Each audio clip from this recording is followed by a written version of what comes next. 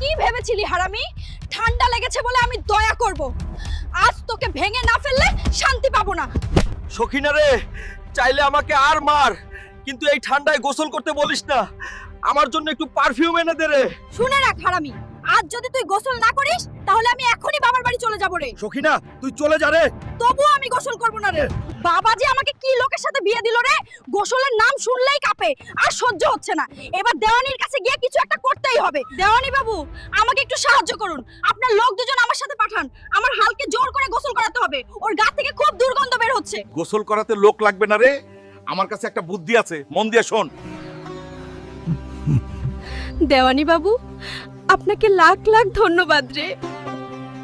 Hulk ভাই, তাড়াতাড়ি চল, তোর সখিনা গ্রামের পুকুরে পড়ে গেছে রে। তুই এসব কি বলছিস রে? সখিনা রে, আমি আসছি, আমি তোকে বাঁচাবো রে।